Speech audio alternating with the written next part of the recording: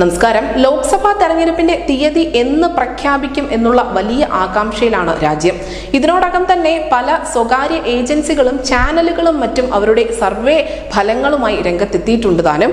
ഇപ്പോഴിതാ ലോക്സഭാ തെരഞ്ഞെടുപ്പിൽ മധ്യപ്രദേശിൽ NDA വിജയം ആവർത്തിക്കുമെന്ന് തറപ്പിച്ച് പറഞ്ഞിരിക്കുകയാണ് ന്യൂസ് 18 മെഗാ ഒപ്പീനിയൻ പോൾ ഫലം. 29 ലോക്സഭാ സീറ്റുകളിൽ 28 സീറ്റും NDA നേടും എന്ന് തന്നെയാണ് ഈ സർവേ ഫലം പറയുന്നത്. INDA എന്ന സഖ്യം ഒരു സീറ്റിൽ മാത്രമേ വിജയിക്കൂ, അവർ ഒരു സീറ്റിലേക്ക് ചുരുങ്ങിപ്പോകുമെന്ന് കൂടി സർവേ വ്യക്തമാക്കുന്നു. NDA 55% വോട്ട് നേടുമ്പോൾ INDA മുന്നണിക്ക് വെറും 38% വോട്ട് വീതം മാത്രമേ ഉണ്ടാകൂ എന്നുകൂടി സർവേ പറയുന്നുണ്ട്. 7014 പേരുടെ പ്രതികരണങ്ങളുടെ അടിസ്ഥാനത്തിലാണ് മധ്യപ്രദേശിലെ അഭിപ്രായ സർവേ ഫലം തയ്യാറാക്കിയത്. 2019 ലോക്സഭാ തെരഞ്ഞെടുപ്പിൽ BJP മികച്ച വിജയം നേടിയ സംസ്ഥാനങ്ങളിൽ ഒന്നുകൂടിയാണ് മധ്യപ്രദേശ്. നമുക്കറിയാം, നിയമസഭാ തെരഞ്ഞെടുപ്പിലും അവർ വിജയം ആവർത്തിച്ചിട്ടുണ്ടായിരുന്നു. ശിവരാജ് സിംഗ് ചൗഹാന്റെ സ്ത്രീപക്ഷ പദ്ധതികൾ തന്നെയാണ് മധ്യപ്രദേശിൽ BJPക്ക് വീണ്ടും വലിയ ഒരു അവസരം നൽകിയത്. അന്ന് മിക്ക സർവേ ഫലങ്ങളും പുറത്തു വന്നത് അവിടെ നെക്ക് ടു നെക്ക് ഫൈറ്റ് ആയിരിക്കും, അല്ലെങ്കിൽ ഒരുപക്ഷെ കോൺഗ്രസ് അധികാരത്തിൽ ഏറിയേക്കാം എന്നൊക്കെയായിരുന്നു. പക്ഷെ അതിനെല്ലാം തകിടം മറിച്ചുകൊണ്ട് ചൗഹാന്റെ പോളിസികൾ തന്നെ BJPയെ മധ്യപ്രദേശിൽ വീണ്ടും അധികാരത്തിലെത്തിച്ചു. അടുത്ത സംസ്ഥാനം എന്ന് പറയുന്നത് ബീഹാറാണ്. ബീഹാറിൽ നമുക്കറിയാം 40 ലോക്സഭാ സീറ്റുകളുള്ള സംസ്ഥാനമാണ്.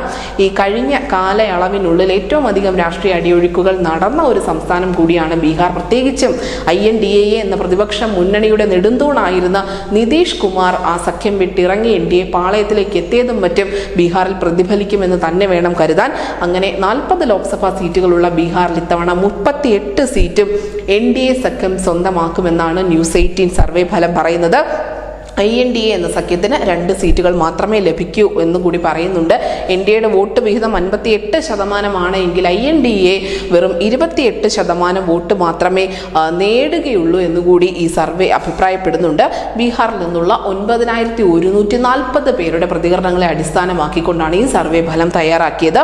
അടുത്തത് രാജസ്ഥാൻ എന്ന സംസ്ഥാനമാണ്. നമുക്കറിയാം, കഴിഞ്ഞ കുറച്ച് ദിവസങ്ങളിലായി തന്നെ അവിടെ കോൺഗ്രസിൽ നിന്നും BJPയിലേക്കുള്ള ഒഴുക്ക് തുടർന്നുകൊണ്ടിരിക്കുകയാണ്. 25ഓളം കോൺഗ്രസ് നേതാക്കൾ കൂട്ടമായാണ് ഈ കോൺഗ്രസ് വിട്ടുകൊണ്ട് BJP പാളയത്തിലേക്ക് ചേക്കേറിയത്. 25 ലോക്സഭാ സീറ്റുകളുള്ള സംസ്ഥാനമാണ് രാജസ്ഥാൻ. അവിടെ ഇത്തവണ BJP ഒരു മാജിക് തന്നെയായിരിക്കും കാഴ്ചവെക്കാൻ പോകുന്നത്. കാരണം 25 സീറ്റുകളും BJP നേടുമെന്ന് തന്നെയാണ് പറയപ്പെടുന്നത്. നമുക്കറിയാം, അവിടെ കോൺഗ്രസ് പാളയത്തിൽ അല്ലെങ്കിൽ INDA എന്ന മുന്നണിക്കുള്ളിൽ തന്നെ വലിയ തർക്കങ്ങൾ നിലനിൽക്കുന്നുണ്ട്. പ്രത്യേകിച്ചും ഈ അശോക് ഗെഹ്ലോട്ടും സച്ചിൻ പൈലറ്റും തമ്മിലുള്ള ആഭ്യന്തര തർക്കത്തിനൊന്നും ഒരു ശമനവും വന്നിട്ടില്ല. ഇതൊക്കെയും ലോക്സഭാ തെരഞ്ഞെടുപ്പിൽ പ്രതിഫലിക്കും. മാത്രമല്ല, നിയമസഭാ തെരഞ്ഞെടുപ്പിലും BJP മികച്ച വിജയം നേടിയ ഒരു സംസ്ഥാനമാണ് രാജസ്ഥാൻ.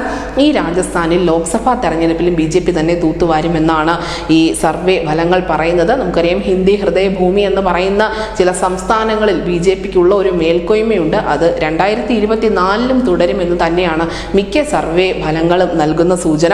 അതുകൊണ്ട് തന്നെയാണ് മധ്യപ്രദേശും ബീഹാറും ഒപ്പം രാജസ്ഥാനും വളരെ പ്രസക്തമാകുന്നത്.